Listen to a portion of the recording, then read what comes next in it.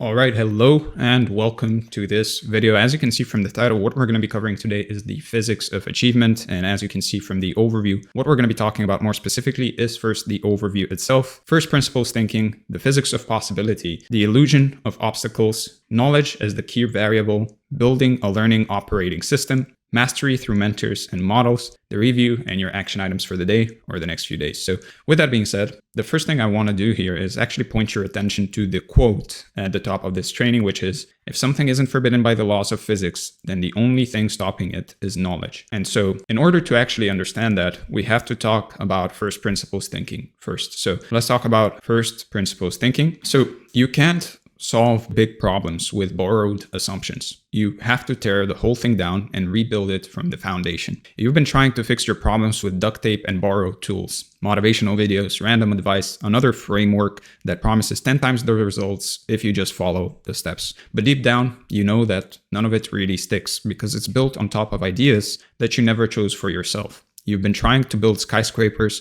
on a rotten foundation. First principles thinking is the opposite. You don't just build better, you rebuild everything from scratch. Every belief, every plan, every move you make is either an assumption you borrowed or a truth you actually earned. First principles thinking demands you rip things apart until all you're left with is what's undeniably true. Physics, biology, time, pain, energy, the raw stuff of reality. It's uncomfortable, it's slow, but it's the only way to make decisions that don't fall apart under pressure. It's not about thinking harder, it's actually about thinking deeper. You reduce the problem to its atomic parts and ask, what do I know to be true about this? Most people never get past the surface. That's why they run in circles, because their problems were never problems. They were symptoms of faulty assumptions. So for example, you're broke, so you think the problem is income, but if you strip it down, is the real issue really income? Or is it that you spend faster than you earn because you're addicted to short-term pleasure? If you keep stacking new business tactics on top of a dopamine-addicted brain, you'll sabotage every win you create. So first principles thinking will slap you in the face. It doesn't care about your feelings. It makes you realize that you've been bullshitting yourself for years, and that can be painful. But it's also the only way you ever break through. You stop lying, you stop pretending, and you confront the real question behind every failure, which is, what's the actual constraint? Most people never question the rules they live by. They inherit their playbook from culture, parents, teachers, social media, and never stop to ask, does this even make sense? They assume they need to work 40 years to be free. They assume they're not smart enough. They assume work-life balance is an actual real thing. All of it hand-me-down mental furniture that they never picked. First principles makes you throw it out and rebuild your home. Someone says that they don't have the time to build a business, but when you look closer, there's actually spending 3 hours a night doom scrolling and watching Netflix. The issue isn't time, it's discipline, it's fear, it's confusion, and first principles doesn't let you hide behind socially acceptable excuses. It forces you to actually name the real constraint and deal with it. Constraints aren't your enemy. They're actually leverage points. When you reduce a goal down to its actual limiting factor, that's where your power lives. For example, if your dream is to live abroad and work online, and the only real constraint is earning $3,000 a month remotely, we have something, because you can solve that, but not until you isolate it. Once you've isolated it, you can actually start asking the right questions and acquiring the right knowledge. Most people never isolate the real constraint, so they try to solve 100 fake problems and they end up solving none. Most people are solving symptoms rather than the actual issue. They learn marketing when they don't need it yet. They train harder when the real issue is their sleep. Noise everywhere. Here's what most people don't want to hear. If you're not living the life you want, it's not because life is unfair. It's because you haven't thought deeply enough. You haven't asked hard questions. You haven't reduced your reality down to physics and knowledge. And you haven't interrogated every part of your model and said, is this actually true or is it just comfortable? First principles is intellectual minimalism. It cuts through the chaos, it cuts through the noise, and it makes you clear. When you think this way, you don't need permission. You don't need credentials. You don't need more motivation. You just need a real question, an honest constraint, and a willingness to pursue knowledge until the constraint dies. So imagine walking through a fog, then suddenly seeing everything in 4K. That's what this does. Every problem becomes simple, not easy, but actually simple. Every goal becomes precise. You no longer say, I want to be successful. You say, I need to learn high-ticket sales and get 3 clients in 90 days. That's a solvable problem. That's where progress begins. Now, this kind of thinking will make you dangerous, not in an evil way, but in a clarity way, because while everyone else is flailing in motivational chaos, chasing trends and drowning in content, you'll be moving in silence, one insight at a time, one lever at a time, unstoppable. Not because you're better, but because you thought deeper than they did. And here's where it gets interesting. When you start living from first principles, you start to realize that most things that seem impossible aren't really. If it's not forbidden by the laws of physics, then the only thing stopping you is knowledge. So the real question becomes how, or what don't I know yet? And that's where the next layer begins. So let's talk about the physics of possibility. So most people don't fail because they dream too big. They actually fail because they never ask if their dream is even real. You want to know the most freeing realization in the world? Is that physics doesn't care about your feelings, your childhood trauma, your limiting beliefs, or your hustle podcast lineup. Physics just is the only constant truth that you'll ever meet. You can lie to yourself for years, you can fake success on Instagram, but gravity doesn't care. Thermodynamics doesn't flinch. The second law is still in play, whether you're motivated or not. The reason this matters is because the first real filter for any goal is not actually motivation or discipline or anything like that. It's physics. Is what you want physically possible? Not emotionally possible. Not my coach said I can manifest it possible. I mean literally, scientifically, structurally possible. If it isn't, then nothing else matters. No tactic, no affirmation, no AI tool will change the fact that you're trying to bend space-time with a Pinterest quote. You can't fly flapping your arms. You can't lift a mountain with positive vibes. You can't live forever on kale and cold plunges. It's about limits. But once you know the limits, once you actually respect them, then you can push right up against them. And that's the line where magic happens. Now, for most people, their goals are physically possible. They're actually possible according to the laws of physics. Most people don't want things that are not possible physically. And that's the thing. This is something most people don't get. Constraints are the beginning of creativity, not the end. When you know the physical boundaries, you stop wasting energy chasing fantasies. You start playing real games with real rules, and that's where real power lives. You don't need to be unlimited. You just need to know your terrain. And everything you want, every goal, every fantasy, every version of success is built on a bedrock of physics. So you're not building your dream life on vision boards. You're building it on the principles of energy, matter, force, and time. Ignore those and your dream turns to sand. Work with them and you build cathedrals. So think for example about time. If you want to start $1 million business, but you're also working 60 hours a week and sleeping 5, that's not really a mindset problem. It's not a manifestation problem. That's a temporal paradox, right? You're violating physics by expecting more output from less input. You're trying to pull water from an empty well. The solution isn't more effort. No amount of action more will fix this. It's reallocation of energy. It's reallocation of effort. It's about precision of knowledge and elimination of waste. So the point of this is not to crush your dreams. It's really to cleanse them, to strip them from fantasy and reveal the part that can actually be built. Most people never do this. They stay addicted to vague aspirations because clarity means accountability. And when your dream becomes a blueprint, suddenly you can't hide behind the fog anymore. For example, a 28-year-old sets the goal of becoming financially free by 30. He starts a podcast, invests in crypto and a bunch of shitcoins, launches a few half-baked landing pages, and fills a vision board with Teslas and villas in Bali. But ask him, what does financial freedom actually mean? What's your number? What's your model? How many clients or sales would it take? And he draws a blank, because he hasn't calculated his burn rate. He doesn't know the difference between active income, leveraged income, or recurring revenue. The goal isn't the problem. The problem is it floats in abstraction. He's not building towards freedom, he's just performing. Contrast that with someone who's, for example, a solo consultant who lives 6 months in Lisbon and 6 in Thailand. No team, no office, just a laptop, a few retainer clients, and strong boundaries. They hit $4,800 a month in dollars or euros, whatever you want, in income. His personal freedom number that he or she already calculated in advance and stopped scaling. They knew what they sold, how many hours they were willing to work, and how to minimize expenses without lowering their quality of life. They didn't obsess over growth because that wasn't their goal. They engineered their escape. Not by dreaming bigger, but by defining what the goal actually looked like specifically and building the exact system to sustain it. So if you want to change your life, first start by asking this question. Is my goal possible according to the laws of physics? For most people, most of the time, their goals are possible according to physics, but it's important to have that filter still. Strip everything else away. That's your starting point. If the answer is no, then obviously you need to change the goal. If the answer is yes, even barely, then you stop wondering and start researching. You ask yourself, what knowledge am I missing? That's the whole game. Not whether you believe it, not whether your friends or family believe it or get it, just whether it can actually be done. This is where first principles meets physics. They shake hands at the border of impossible. Your job is to find the coordinates where your ambition intersects with what the universe actually allows. Then you set up camp there and you start building. And once you know that the terrain is possible, once you've established that your dream obeys the laws of physics and the universe, you've cleared the first and only hard gate. From there, the game changes entirely. Because now you're not wondering if it can happen, you're wondering how.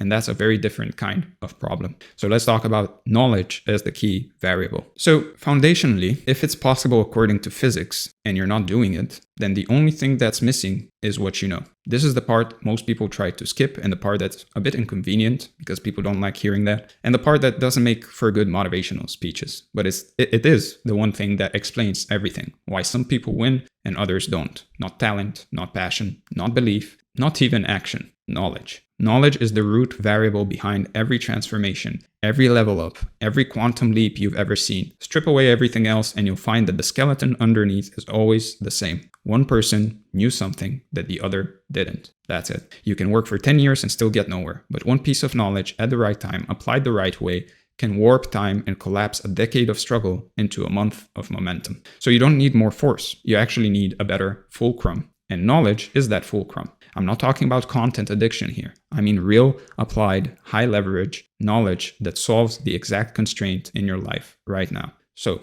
you could spend the next 2 years trying to get better at sales, for example, and by winging it on every call, watching random YouTube clips and feeling it out. Or you could actually spend 60 days in a coaching program, role-playing daily, understanding tonality, and internalizing buying psychology. Same ambition, same amount of energy, different knowledge layer. One burns you out, one prints money. This applies to literally everything. You're not inconsistent because you're lazy. You're inconsistent because you don't understand how dopamine works. You're not bad at relationships because you're unlovable. You're bad at relationships because you never even asked yourself the question how to be better at relationships, let alone read a full book on the subject. Again, not a personality defect, just a missing instruction manual. So the wider and deeper your knowledge, the easier it is to create these shifts in your life. If you want financial freedom, you need to understand mindset. You need to understand how value is priced in the marketplace. You need to understand buyer psychology. You need to know how to sell, how to position, how to price. All of that's learnable. That's not a you're not ready yet problem. That's a you haven't studied the right things yet problem. Your breakthroughs are hidden in knowledge. Sometimes it can be as simple as a book. A simple book that gives you a new lens. That's the leverage of knowledge. It feels small going in. It feels obvious when you hear it, but it changes the whole architecture of how you operate. The more you zoom out, the clearer this pattern gets. Financial freedom, it's a knowledge game. You either know how to create leverage or you don't. You either understand acquisition or you don't. You either know how to systematize and scale, or you're still stuck doing one-on-one manual work, praying for referrals. Time freedom, another knowledge game. You either know how to build operational flow or you stay stuck in overwhelm.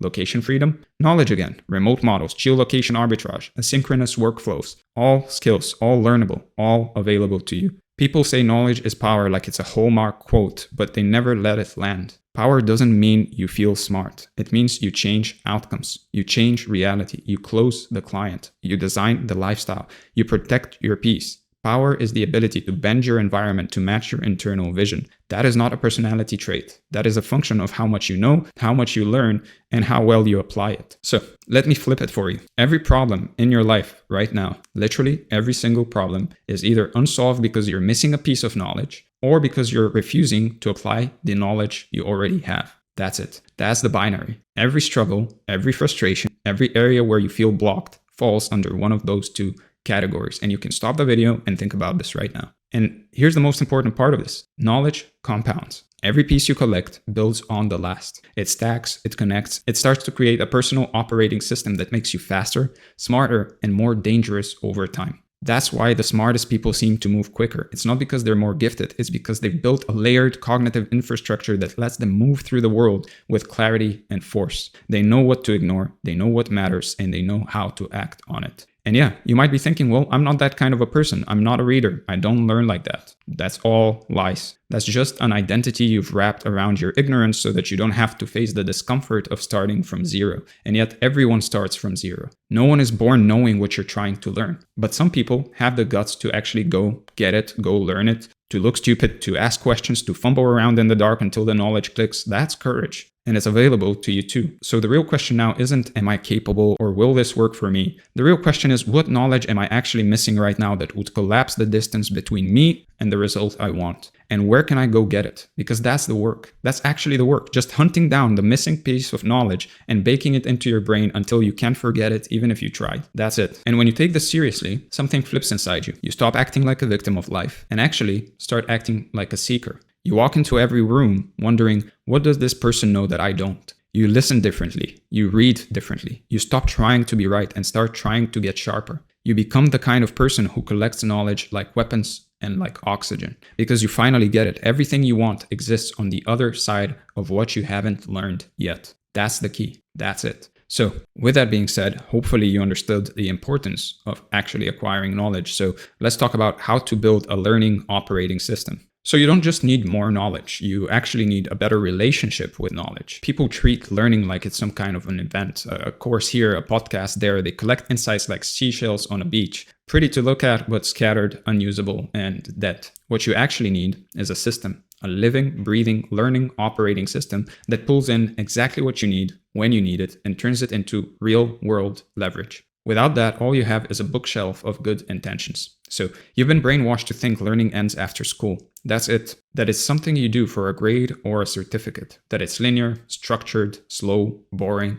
But if you're trying to do anything ambitious in life, build a business, reinvent yourself, master your craft, create freedom, then learning is no longer optional. It's fuel. And the only people who make it are the ones who learn how to learn faster, deeper, and smarter than anyone else. The world is changing too fast to be passive. The rules are shifting monthly. Entire industries are collapsing in silence while new ones are born in Discord servers. The only skill that survives that chaos is your ability to learn, not just memorize, but actually adapt, pivot, integrate, execute. That's the game now. So how do you build a learning operating system? Well, it starts with one brutal truth. Your brain is not a storage unit. It's a pattern recognition machine. You can't just shove random knowledge in it and expect it to stay. You have to wire it in with deliberate effort. That means friction. That means forgetting. That means loops. The people who learn the fastest are not the smartest. They're the ones who install feedback, retrieval, application, and integration into how they learn every single day. So for example, don't just read books. Actually study them like you're preparing for war. Highlight ruthlessly. Summarize in your own words. Teach it to someone that night. Create flashcards. Build mind maps.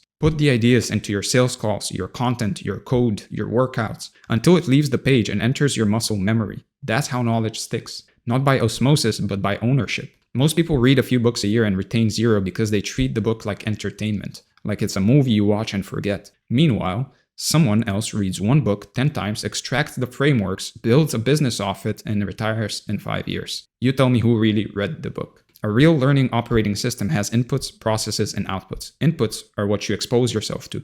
Processes are how you break it down and internalize it. Outputs are what you create with it. And if you're not creating something, offers, content, systems, clarity, then you're not learning. You're just hoarding. Learning is supposed to improve your life, or at the very least, make you think. Stop binging random content. Curate your inputs. Study people who've already solved what you're trying to solve. Go deep and go wide. Podcasts are fine, threads are fine, but if you're not reading actual books, if you're not watching long-form deep dives, if you're not paying for specialized knowledge, you're playing a shallow game. You don't have to learn everything. Just learn what you need. Build what Shane Parrish calls a personal knowledge acquisition plan. Ask yourself what skill gaps are holding you back right now. What do you need to understand to execute this next move? That's your syllabus. Not what's trending, not what's new, what's necessary for you right now. And once you choose the inputs, the real work begins. You have to break the information, tear it apart, question it, connect it, repurpose it. If you're not confused at some point, then you're not really learning, you're skimming. You should feel friction. You should feel dumb. That's the sound of new pathways being built. That's the cost of mastery. This is the part 99% of people skip. They absorb but never express. They fill the tank but never drive the car. Your brain doesn't truly encode anything until you use it. So write, speak, build, teach, create, whatever your medium is, make something with the knowledge. If you can't use it, you don't have it. It's just dust on your brain. When I was first learning how to sell, for example, I didn't just watch videos. I bought training, I transcribed it, then I practiced lines on Zoom, then I would call my brother up and practice it with him, then I rephrased them in my own tone, then I rewrote the objections in Notion and practiced them out loud by myself. It was awkward, but over time I became better. Because I turned consumption into immersion. If you're not willing to look stupid while applying what you just learned, you're not serious. Every real learner goes through that cringy phase. No shortcuts. Get over yourself. Get in the reps. Your learning OS isn't just about inputs and outputs, it's also about synthesis. You need space to reflect, to connect ideas across disciplines, to ruminate until patterns emerge, walk more, write more, talk to smarter people, review your notes. Let slow thinking cook your fast ideas. That's where the real breakthroughs hide. I do weekly knowledge reviews, for example. Sunday mornings or Saturday mornings, I open my second brain, Notion, skim my notes and highlights from the week, look for patterns, tag concepts that link, and I journal on what hit and what didn't. And what did I actually use this week? What did I learn but forget? Where's the friction? Where's the gold? And every time I do this, I get one new idea that helps me in some way. A lot of these videos that I make are based on things I read and collect notes on over the years. Every time I do this, I get something valuable, some new idea. Sometimes it's a reframe, sometimes it's a forgotten quote, sometimes it's a system tweak. It doesn't matter. That 1 hour upgrades my entire week. If your learning habits aren't on your calendar, they don't exist. Don't wait for motivation. Block time, defend it, put learn in your calendar like a client meeting. No distractions, no phone, just you and the knowledge. And if people ask why you're unavailable, tell them the truth. This is about more than productivity. This is about identity. You're either someone who chases knowledge like their life depends on it, or you're not. No judgment, but don't pretend that you're confused when you don't get results. Don't say it's a burnout or resistance. Don't say that you don't know what to do. Most of the time, it's just ignorance pretending to be fatigue. Learn harder, learn deeper, and your results will start making sense. Once your learning OS is humming, life gets weird in the best way. You start answering questions other people haven't even thought to ask. You start moving faster. You start seeing the game behind the game. You don't get seduced by tactics anymore because you understand the principles. And when things break, you don't panic. You just update the system. So the goal now isn't to just learn more. It's to build a machine around how you learn. A system that compounds your insights, feeds your decisions, and evolves with you. Because the next level you're after, it won't be reached through effort alone. It will be unlocked by the right idea at the right time with the right system behind it. So with that being said, let's talk about mastery through mentors and models. So if knowledge is the path, mentors are the shortcut. If systems are the engine, then models are the map. Nobody masters anything in isolation. Not really. You get farther, faster, when someone who's already been there pulls you into their slipstream. At this point, you understand that knowledge unlocks everything. It's the foundational piece of literally everything. You understand that without a working learning OS, you're just collecting trivia. But there's still one multiplier left. One variable that accelerates all the others. People, mentors, coaches, models, frameworks. The people you learn from define how fast you evolve. Who you choose to listen to is the most important decision you make. Not what you study, not even what you do. Who you trust to show you how. That's the kingmaker variable most people ignore, usually because of ego. So let's just call it what it is. You wait too long to get help because you don't want to feel like a beginner. You don't want to admit that you don't know something. So you distract yourself with input, books, YouTube, Twitter threads, self-paced courses that you never finish. But you know what you really need? A real human. Someone who can see you, point out your blind spots, call out your lies, accelerate your reps, push your edge. And you can't do that by yourself. And deep down, you know it. Most of your plateaus aren't knowledge problems necessarily. They're sequence problems. Someone else already solved what you're stuck on, but you're too busy proving yourself to ask. If you just admitted it sooner, you'd skip the whole spiral. So how do you actually choose a mentor? If their life doesn't look like the outcome you want, why are you listening to them? And that's the rule I use when I'm choosing a mentor or when I'm choosing who to read or look from or take advice from. I look at, does that person have what I want? Has he or she helped others get it? And are they still playing or have they played the game at a higher level than me? Do they have what I want or a life that I would like to have or something in their life that I would like to have? Have they helped others get it in some way or another? And do they still play or have they played the game at a higher level than I have? But mentors are rare. Sometimes they're expensive, they take time. You might not get direct access yet, even though it's the best access. That's where models come in. Mental blueprints, frameworks, archetypes, case studies. You can model someone's thinking, decisions, and systems, even if you never meet them. You just have to study them like a scientist. So I've reverse engineered entire business models just by watching what someone does over time. Not what they say, what they repeat, what they double down on, what they ignore. It's all signal. If you're paying attention, you can learn their algorithm. What does their calendar look like? How do they speak about money? What do they prioritize in the first hour of their day? What frameworks show up over and over in their content? Study that. Copy their process, not their style. The fastest path to mastery is immersion, being around people who are already fluent in the thing you're trying to learn. Not just reading their work, but being in their room, watching how they think, not just what they say, seeing what questions they ask, what they assume. You don't get that from content. You get that from contact. So that's why private masterminds, group programs, and elite communities are so powerful. Not because the information is better, but because the norms are different. The baseline is higher. You calibrate faster when everyone around you is operating at a higher frequency. You stop needing constant motivation because you're surrounded by people who normalize ambition. You stop making excuses because nobody around you entertains them. You grow by absorption. That's what real proximity does. And yes, it costs money. Yes, it feels risky. But what's the alternative? More free PDFs? More months of figuring it out? At some point, you either pay in money or you pay in time, but you always pay. You just have to choose your currency. One regenerates, one doesn't. Every level of your life was unlocked by someone else's brain. A teacher, a book, a mentor, a stranger who said one sentence at the right moment. You're one right person away from a completely different direction in your life. Never forget that. Every quantum leap in my life had a name attached to it. I didn't climb the ladder, I was pulled, but only because I asked. So don't expect them to chase you. They're not God, but they're also not Google either. Respect their time, respect their energy, and show them with action, not with flattery. Everything you've just read from first principles to mentors was designed to crack one idea in your nervous system. Nothing is off limits if it's not forbidden by the laws of physics and you're willing to seek the knowledge. That's it. That's the law. Everything else is noise. Now, if you're tired of going in circles, tired of trying to learn from 100 conflicting sources, tired of being one Google search away from your next identity crisis, then stop doing it alone. Join our free community from the first link in the description. Get in the room, meet the people working on the life you're still dreaming of. And if you're serious, actually serious, then book a call with me from the second link in the description and let's figure out what's possible for you when the right knowledge, the right guidance, and the right system are finally in your corner. With that being said, let's discuss the review. So we went over the overview, we talked about first principles thinking, the physics of possibility, the illusion of obstacles, knowledge as the key variable, building a learning operating system, mastery through mentors and models, the review, and finally your action items for the day or the next few days. First, get inside the free community so you're no longer trying to figure out everything alone. Surround yourself with people who are walking the same path, solving the same problems, and thinking at a higher frequency than your current circle. Isolation is a slow death. Proximity is leverage. And if you're done dabbling and ready to build something real, then book a one-on-one clarity call with me from the second link in the description. We'll look at where you're stuck, what you're missing, and how to design the shortest path to the outcome you actually want. Finally, pick one impossible goal that's been haunting you. Now apply the principle. Is it actually impossible? Or is it just that you're missing the knowledge? Start asking better questions, find the people who've already solved it, and make the pursuit of knowledge your full-time job until the problem bends, because it will every time. With that being said, thank you for being here. If this brought any amount of value to you or your life or helped you in any way, please hit the subscribe button or the like button, and I'll see you in the next one.